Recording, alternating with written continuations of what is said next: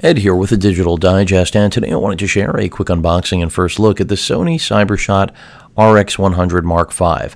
Priced at $1,000 US, this is easily one of the most expensive compact point-and-shoot cameras on the market, but also one of the most impressive. It is an advancement over the previous gen, the Mark IV.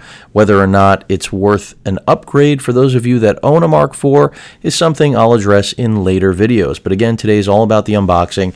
And before I get to that, just wanted to make mention, the reason the last video that I shared with all of you was an actual preview of this in the A6500 is because since then, back on October 7th, I actually had to evacuate because of Hurricane Matthew. Got out of the path, went to Atlanta, thought I would be safe. Unfortunately, my home was destroyed. So that's why, if you're wondering why I'm filming on a glass table, I am in a hotel, and this is as good as it gets for now. But things will improve. I have a positive attitude with most things in life, and this is no exception. With that out of the way, let's focus on the Mark V. Again, this is an improvement from the Mark IV. Is it a leap? Absolutely not. But in terms of what it brings to the table with autofocus capability, that is where Sony has done something I would say is very impressive for a point-and-shoot camera with a fixed lens. And you can see right there, it's the 315 autofocus points. Those 350 phase detection points, it's a hybrid autofocus system, much like you'd find in one of their interchangeable E-mount lens cameras like the A6300. That is what now sets the RX100 Mark V apart from every RX camera ever made. And if you ever had a knock against Sony about autofocus, that's exactly what Sony is after to kill, essentially. Make that complaint non-existent. So we're still working with a 1-inch 20.1 megapixel sensor, a 24 to 70 millimeter fast piece of Zeiss glass, and then of course now this new hybrid autofocus system. On sensor, over 65% of the sensor is covered. And then they've also improved another area of concern or constraint, which is the buffer, up to 24 frames per second of continuous shooting. So that's another really big improvement in my opinion. With that said, still limited to 5 minutes of 4K video for those of you that are wondering. So overheating must still be an issue. But one nice thing is that you can now get well, it's not a new thing, but no pixel binning on the video side. There's a lot of paperwork here. You can pull 8 megapixel stills out of your 4K video or 2 megapixel stills out of your HD video. So that's definitely a nice bonus for such a compact little beast. We still have the pop-up EVF that is OLED based, found in the RX100 Mark IV, and the body is pretty much identical. Here it is. Get it out of its sheath, and there it is, folks.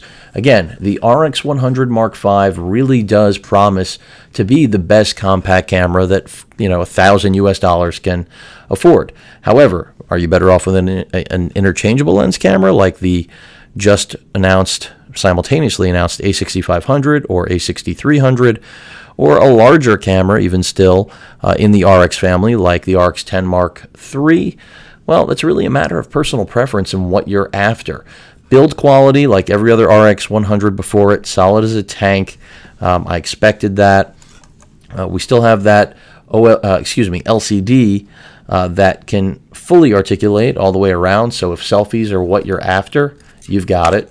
Again, where the flash used to be, we now have the EVF, much like on the previous generation. So you just hit that, and you can pull that out, and you've got, it's not an amazing EVF, but considering that it's in a body, a form factor of this size, it is amazing. And that's what I think people tend to lose sight of. Again, the real improvement here is that 1-inch sensor now has a hybrid autofocus system, 0.05 seconds. In terms of achieving focus, which is basically puts this in the fastest, not only of its class, but of many classes of camera on the market. It wears the Zeiss badge for a reason. The glass on here is still, I expect it will be outstanding, just like every other generation of the RX100. NFC, Wi-Fi on board. At the bottom, you have your tripod mount. as well as your battery compartment. We still have access to the Play Memory Store, which is going to give you all sorts of goodies that you can either free or purchase to enhance your camera functionality. Your multifunction port, as well as your HDMI out. This is used for charging. This is used for video and still out to a TV or monitor, whatever you would like to use. Your video record button, function button, menu button, display. I mean, you have the same jog dial that's on every RX100 and most of Sony's cameras. The menu system has been refined. I think that's another thing a lot of you will like. The flash in the exact same place as the previous gen. You can play with it a little bit to get a bounce capability out of it. And then your mode dial right here, pretty much self-explanatory. Nothing new to tell all of you about. So, whether or not this is going to be a justifiable upgrade from the Mark IV, obviously it's not definitive. You just have an autofocus system here that was non-existent in the Mark IV, as well as a buffer limitation in the Mark IV that doesn't exist here. I would have liked to have seen more than 5 minutes of 4K video recording, but we don't live in a perfect world, to say the least. Let's see what else we have in here. We've got the wall adapter. We have the cable you're going to be connecting to that wall adapter to the camera to charge. Wrist strap, nothing new. I'm expecting we got a NPBX1 battery right here, if I can get to it without destroying the box. You'll have to forgive me. This chair is so low in the hotel I cannot even see. There we have the attachment for a real strap. And then here is the NPBX1, which Sony continues to lean on as their battery of choice for all of their Cyber-shot cameras, other than the big-bodied ones like the RX10 Mark III, which, keep in mind, is still a significantly more expensive camera and also more feature-rich, but it does not have this autofocus system. I'm sure we'll see that in the RX10 Mark IV. Guaranteed, you're going to see an RX10 Mark IV that is going to have that same big, beautiful lens, but a sensor with an autofocus system to match, something that I wish they would have done in that generation, but they didn't. Still, these are steps in innovation that no one else is taking. That's what makes Sony unique and unlike any other camera or DI company out there right now. They've had, supply constraints because of natural disasters, the earthquakes in Japan. So they are playing a little bit of catch-up. This camera was supposed to launch earlier, but it's out now. And the A6500 will be the end of next month. Hopefully, I'll be getting one of those to review for all of you as well. I'm doing my best. Keep in mind, again, I am displaced and working on equipment that is not mine because literally all of my equipment has been destroyed. So only thing I was left with was my laptop, my Vaio, for those of you that follow my channel.